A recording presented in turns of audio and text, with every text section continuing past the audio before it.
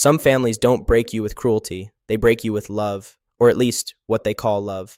My name is Harrison Sinclair. I'm 34 years old, and 18 months ago, my father slid a piece of paper across the table, looked me dead in the eyes, and said, "Sign this. Sell the house to Madison for $250,000, or from today, you are no longer part of this family." $250,000 for a house worth three-quarters of a million. The house my grandmother left me, her only grandchild who didn't abandon her when the doctors delivered a death sentence. They thought I'd cry, they thought I'd crumble. What they didn't know was that before that family meeting even began, I had already made one phone call, a call that would change everything. But let me start from where it all truly began. Growing up in the Sinclair household meant living permanently in Madison's shadow. My parents never even tried to hide it. At dinner tables, during holidays, in front of every relative who would sit still long enough, the comparisons never stopped. Madison was the golden child, ambitious, driven, destined for greatness. I was the afterthought. "Madison will go far," my mother used to say, eyes glowing with pride.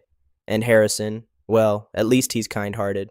Kind-hearted, as if that were a consolation prize wrapped in pity. When I chose to become an elementary school teacher, my father's disappointment didn't need words. He simply stopped asking about my work. No more. "How's the job going?" No more. "Any promotions coming?" Just silence. Cold, deliberate silence where interest used to live. But when Madison landed her position at Mercer and Associates, a prestigious real estate development firm, my parents couldn't shut up about it. They told every aunt, every uncle, every neighbor who would tolerate the conversation. Their younger daughter was conquering the corporate world. At every family gathering, the pattern was identical. Everyone crowded around Madison, asking about her deals, her corner office, her company car. And me? I sat at the edge of the room, present but invisible. Uncle Robert would lean in and say, "So Madison, tell us about that new downtown project." And no one, not once, ever asked what I was teaching that semester, or whose life I might be quietly shaping. I had become furniture in my own family. I accepted it then. I wouldn't accept it forever. Grandmother Eleanor was different. She saw me, really saw me, when no one else bothered to look. Every Sunday I'd drive to her Victorian house on Maple Street, and we'd sit on her porch with sweet tea while she told stories of her youth. "You remind me of myself, Harrison," she once said. Quiet strength. People underestimate that. When the doctors diagnosed her with stage 4 pancreatic cancer, everything shifted. 18 months, they said, maybe 2 years if she was lucky. Madison was too busy. Always a new project, an important client dinner, a conference somewhere far away. My parents visited once, stayed 45 minutes, and never came back. "It's too hard to see her like this," my mother explained over the phone, as if their discomfort mattered more than a dying woman's loneliness. So I made my choice. I took a leave of absence from teaching, moved into the guest bedroom of that Victorian house, and stayed. For 5 years I was there, administering medications, cooking her favorite meals, holding her hand through the long nights when the pain refused to let her sleep. My mother called once during those 5 years, not to check on Grandma, not to offer help. "You're wasting your time, Harrison," she said flatly. "It's not like she has anything to leave you." I hung up without a word. Grandmother Eleanor passed away on a Tuesday morning in April. Sunrise painted her bedroom in shades of gold. Her hand was in mine. She was smiling. "I've prepared everything for you," she whispered, her voice barely a breath. "Don't let anyone take it away." I didn't understand those words, not yet. The will reading took place 3 weeks after the funeral. Downtown, mahogany furniture, floor-to-ceiling bookshelves, the kind of room that smelled like old money and heavy decisions. My parents sat on one side, Madison on the other. I took the chair nearest the door. Mr. Patterson cleared his throat. "I, Eleanor Marie Whitmore, being of sound mind and body, hereby bequeath my property at 847 Maple Street to my grandson, Harrison Sinclair, the only one who stayed when everyone else left." The silence that followed was suffocating. My father's face drained of color. My mother's mouth fell open, but it was Madison's reaction I remember most vividly. Her manicured fingers curling into fists, her jaw locked with barely contained fury. "There must be some mistake," she said, her voice razor-sharp. "Grandma couldn't have been thinking clearly." Mr. Patterson removed his glasses, polished them slowly, and said, "I assure you, Miss Sinclair, your grandmother was fully competent. This document was witnessed, notarized, and executed to every legal standard. $750,000, every brick, every floorboard, every memory, left to me. Walking out of that office, I felt Madison's eyes cutting into my back. When I turned to face her, I saw something I had never seen before. She was looking at me like I was the enemy. The pressure started 3 days later. My parents arrived unannounced, settled into Grandma's living room like they owned it, and put on their rehearsed expressions of concern and disappointment. Family should share, my mother said. Madison needs a place. She's thinking about her future. My father was blunter. You're a teacher, Harrison. You don't need a house like this. Madison is building something. Same message, new packaging. They returned every single day for 2 weeks. My father threatened. My mother cried. They took turns playing good cop and bad cop, their scripts so predictable I could have written them myself. Then came the meeting. The ambush dressed as a family gathering. My parents arrived at 7 sharp. Madison swept in 20 minutes late in a designer blazer that likely cost more than my monthly salary. No apology, no acknowledgement. Let's get this over with, she said. I have dinner at 9. My father placed a document on the table, a sales agreement, already drafted. You sign this, you sell the house to Madison for $250,000, and we put this whole mess behind us. I looked at the number. Then I looked at my father. The market value is $750,000. Madison laughed, a cold, cutting sound. Market value, Harrison. Have you ever actually sold a house? I work in this industry. Trust me, $250 is generous. My mother nodded along. That's family price. That's how families work. After the others left, my mother stayed. She waited for the cars to pull away, then turned to me, tissue already in hand, tears appearing precisely on schedule. You're tearing this family apart, Harrison. Do you understand that? This house will crumble someday, but family is supposed to last. The guilt rose in my chest like a tide. She knew exactly which buttons to press. She'd been pressing them my whole life. I love you, Mom, but I can't sell something Grandma trusted me to protect. Her expression shifted, tears evaporating in an instant. I'm giving you 1 week, she said, smoothing her skirt as she stood. 1 week to come to your senses. After that, don't bother calling me Mom anymore. She walked out without looking back, and I sat alone in my grandmother's house, holding a sealed envelope Mr. Patterson had quietly pressed into my hand after the reading. Open it only when necessary, he had said. I looked at it for a long time. I was beginning to think the moment had arrived. The front door closed behind her like a gavel striking wood. I sat alone in grandmother's living room, surrounded by her furniture, her photographs, her memory, and I wondered if keeping this house would cost me everything else. My phone rang at midnight. I was already awake, staring at the ceiling, when Madison's name lit up the screen. I almost didn't answer, but something told me I needed to hear what she had to say. Did I wake you? Her voice was different now, cold, stripped of every bit of warmth she performed for our parents. What do you want, Madison? I want you to understand something. A pause, ice clinking in a glass. This little standoff you're staging, and it's entertaining, but you need to know who you're dealing with. I know exactly who I'm dealing with. She laughed softly. I'm not just your sister, Harrison. I'm a senior project manager at one of the largest real estate firms in the state. I have connections, lawyers, contractors, city officials, people who owe me favors. Is that a threat? It's information. You work at a public school, don't you? It would be such a shame if someone started raising questions about a certain teacher's competence. Budget cuts are brutal these days. They're always looking for reasons to let people go. My blood ran cold. You wouldn't. I wouldn't have to. I know people who know people. That's how the real world works, Harrison. Maybe they didn't teach that in your little classroom. She hung up without saying goodbye. I sat in the dark for a long time, phone still in my hand. On the nightstand, grandmother's photograph smiled at me from its silver frame. Then I opened my laptop and typed 3 words into the search bar. Mercer and Associates Leadership. I didn't know what I was looking for yet, but I was done being prey. I remembered her words. Don't let anyone take it away. The sealed envelope had been sitting untouched for weeks. That night I finally opened it. Inside was a handwritten letter on lavender stationery and a business card. My dearest Harrison, if you're reading this, someone is trying to take what I've given you. I knew this might happen. Your parents never understood the value of things that can't be bought. Call the number below. Linda Torres was my attorney for many years before Patterson. She specializes in creative real estate solutions. Remember, keeping something doesn't always mean gripping it with both hands. Sometimes the smartest hold is the loosest one. All my love, Grandma Eleanor. I called the next morning. Harrison Sinclair. Linda's voice was warm but precise. Eleanor told me you might reach out someday. I told her everything, every threat, every manipulation, every midnight phone call. When I finished, she was quiet for a moment.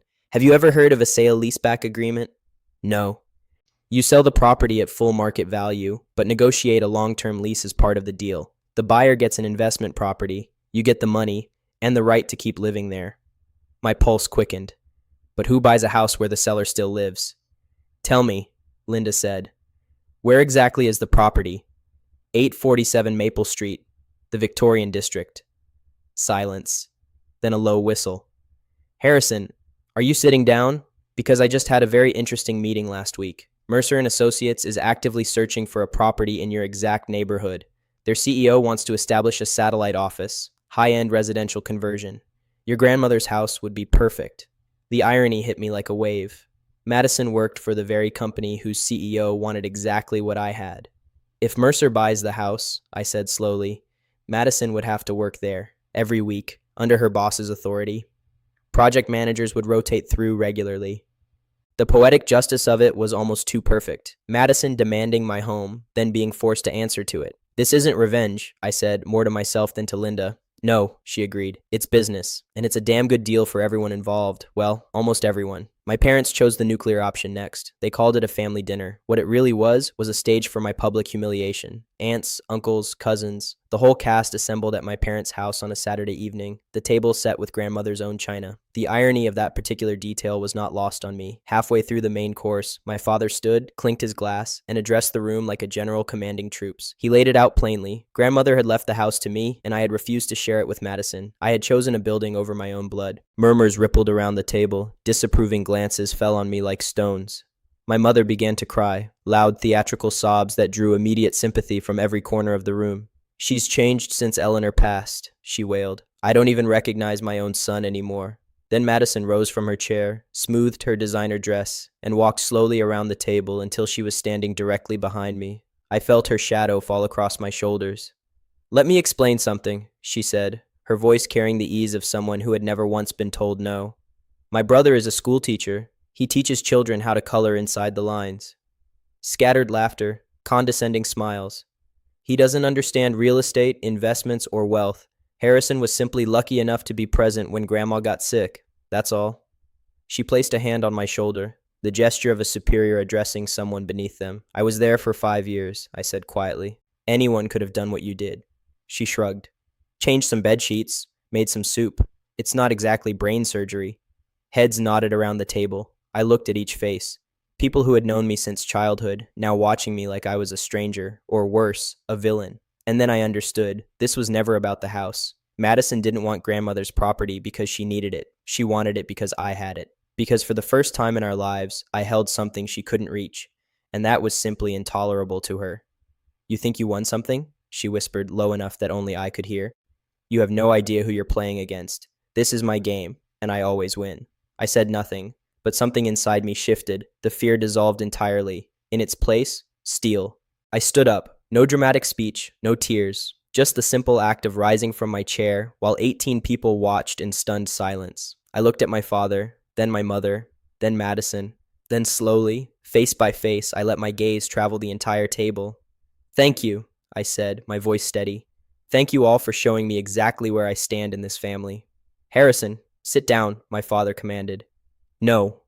That single word hung in the air like something foreign. When had anyone in that room ever heard me say no? I walked toward the door. Behind me, chairs scraping, voices rising, my mother calling my name with practiced desperation. I didn't turn around. Outside, the night air was cool and clean. I sat in my car, hands trembling slightly on the steering wheel, not from fear, from adrenaline. I pulled out my phone and called Linda. Contact Jonathan Mercer, I said. Tell him I'm ready to discuss terms. Are you sure? Once we start this, I've never been more sure of anything in my life. I drove home through quiet streets, past houses where ordinary families were having ordinary evenings. No ultimatums, no ambushes, no public trials. When I pulled into grandmother's driveway, my driveway, I sat in the darkness and looked up at the Victorian house that had become the center of so much war. I don't need to defend myself with words, I whispered to no one. I'll let the paperwork speak instead. 2 weeks after that dinner, Jonathan Mercer sat across from me in my own living room. He was not what I had expected. Tall, silver-haired, with the kind of presence that filled a room without announcing itself. His handshake was firm, but surprisingly warm. He moved through grandmother's house with genuine curiosity. The formal dining room, the library with its floor-to-ceiling shelves, the sunroom overlooking the garden. When the tour ended and we settled across from each other, he got straight to the point. Linda explained your proposal. Full market value sale with a 15-year leaseback. It's unconventional, but it works for what I have in mind. The ground floor converts beautifully to office space. You retain the upper floors as a private residence. The price, $750,000 fair market value. He paused. May I ask why you're doing this? You could simply refuse to sell. I considered deflecting. Instead, I told the truth. Certain people are trying to take this property through pressure and manipulation. I need to protect it legally, in a way they can't undo. Mercer nodded slowly. I appreciate your honesty, Mr. Sinclair. There's something else you should know. He met my eyes. Madison Sinclair is your sister. A flicker of surprise crossed his face, then, unexpectedly, a slight smile. I had a feeling. When Linda contacted me about a property being sold by a schoolteacher named Sinclair, I put the pieces together. And you're still interested? I don't make business decisions based on employee-family drama. I make them based on value. He gestured at the room. This property has value. Your proposal has value.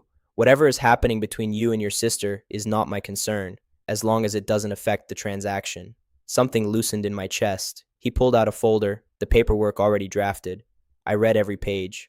Linda had already reviewed it, but I needed to see it with my own eyes. Purchase price, $750,000. Lease term, 15 years, renewable. Monthly rent, well below market, thanks to careful negotiation. My hand trembled slightly as I picked up the pen. Not from fear, from relief. I signed. Mercer countersigned. The notary stamped the document. Congratulations, Mercer said, shaking my hand. You've just made a very smart decision. Then, almost as an afterthought, the satellite office opens next month. Madison will be assigned there. I smiled and said nothing. 4 weeks later, an invitation landed on Madison's desk, a company-wide event celebrating the launch of Mercer and Associates' newest satellite office. Attendance mandatory for all senior project managers. The address, 847 Maple Street, my address. On the evening of the launch, I stood at my front window and watched the catering trucks arrive. White tents bloomed in the garden. String lights wound through the old oak trees. Cars pulled into the circular driveway. Executives in expensive suits, staff members with champagne, board members admiring the architecture. And then I saw her. Madison's silver Mercedes pulled to the curb. She stepped out, adjusted her blazer, checked her phone. Still hadn't looked at the house. Too busy, always too busy. Then she looked up. I will never forget her face in that moment. Confusion first, then disbelief, then something close to horror. She stood frozen on the sidewalk while colleagues streamed past her, complimenting the venue, greeting each other with easy laughter. I opened the front door and stepped onto the porch. Our eyes met across the lawn. Hello, Madison, I called out, my voice steady and clear. Welcome to the new office. She couldn't move. A young associate touched her arm. Miss Sinclair, are you all right? Madison's mouth opened, closed, opened again. She swallowed hard. This is my brother's house. Your brother? The associate looked between us, visibly confused. I'm Harrison, I said, walking down the porch steps, and this is still my home. Inside, Jonathan Mercer took his place at the podium. The room was packed. Executives, investors, board members. Madison stood near the back, face carefully composed, knuckles white around her champagne glass. Tonight marks an important milestone, Mercer began. Then he turned toward me. I want to particularly acknowledge the person who made this acquisition possible, Mr. Harrison Sinclair, who sold us this magnificent property and who will continue to reside in the upper floors as part of a long-term leaseback agreement. He paused. Mr. Sinclair demonstrated exceptional professionalism and business acumen throughout our negotiations. Applause filled the room. Several executives came to shake my hand, and through all of it, Madison stood perfectly still, a statue of barely contained fury in a room full of people who now understood exactly what had happened. When Mercer announced that senior project managers would rotate through this office weekly, with Madison heading the regional accounts division, I heard someone gasp. Her colleagues turned to look at her with new expressions, curious, knowing. Isn't this your brother's house? Someone whispered. Madison didn't answer. She didn't need to. My parents arrived within the hour. My father was out of the car before the engine stopped. You sold the house to outsiders.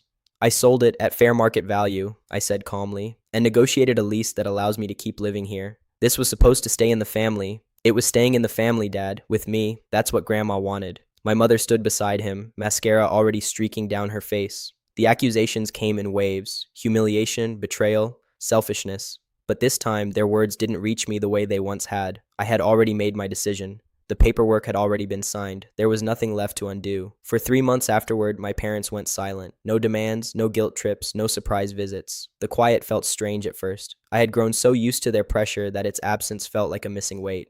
I didn't reach out. They needed space to process. I needed space to heal. Then one Sunday morning in October, my phone rang. Harrison. My mother's voice was smaller than I had ever heard it, less certain. I just wanted to check on you. Are you doing okay? It wasn't an apology. I hadn't expected one. But it was something, a crack in the wall she had spent months fortifying. I'm good, Mom. Actually, a long pause. The garden looks just like when your grandmother was alive. I drove by last week. I try to keep it the way she would have wanted, then quietly, almost to herself. She would have been proud of you, Harrison. What you did, standing up for yourself. She would have loved that. I felt something tighten in my chest. Thank you, Mom. Maybe we could have lunch sometime. Just the two of us. I'd like that.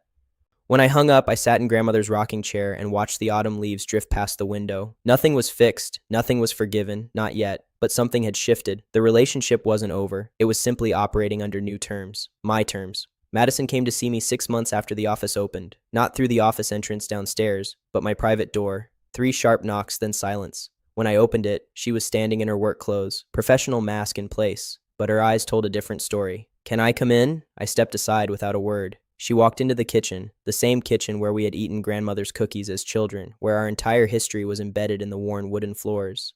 I thought we should talk, she said, like siblings. We sat across from each other. She folded her hands on the table. I never expected you to do something like this. All those years, I thought. She stopped. You thought I would always give in? Yes, she met my eyes. I did. Why are you here, Madison? She shifted. I want us to have a real relationship again. A pause. Also, since you have a good relationship with Mercer now, maybe you could speak to him about adjusting the office rotation. Reporting here twice a week is difficult. And there it was. Not reconciliation, negotiation. Madison, I said slowly, being family doesn't work on contracts, but respect does. I held her gaze. I'm open to rebuilding, but not because you want something from me. That's exactly what got us here in the first place. She left without an answer, but I saw something new in her expression as she walked out, something that might, with time, become understanding. A full year has passed now. I still teach elementary school. I still grade papers at grandmother's kitchen table. I still wake up every morning in the house where she loved me when no one else would. The ground floor hums with activity during business hours, phones ringing, keyboards clicking, meetings happening in the room where she used to host her book club. Then 5 o'clock comes, and the silence returns. My silence, my peace. Her rocking chair still sits by the window. Her cookbook, stained with decades of meals, still leans against the counter. The lavender sachets she made every spring still scent my closet. Sometimes in the quiet hours of early morning, I feel her presence. Not as a ghost, nothing so dramatic. More like an echo of love that soaked into these walls over 43 years and never quite faded. $750,000 sits in my investment account. Security I never imagined having. Freedom I never knew I needed. But the money isn't the victory.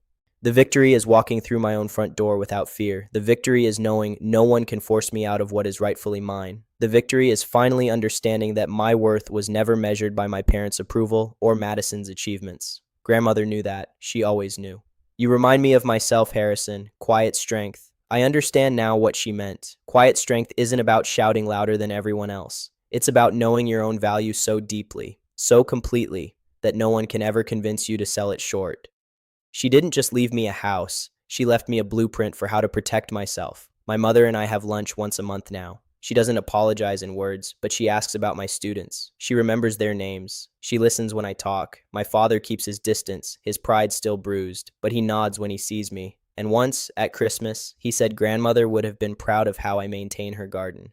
Madison and I exist in a careful truce. We're not close. We may never be.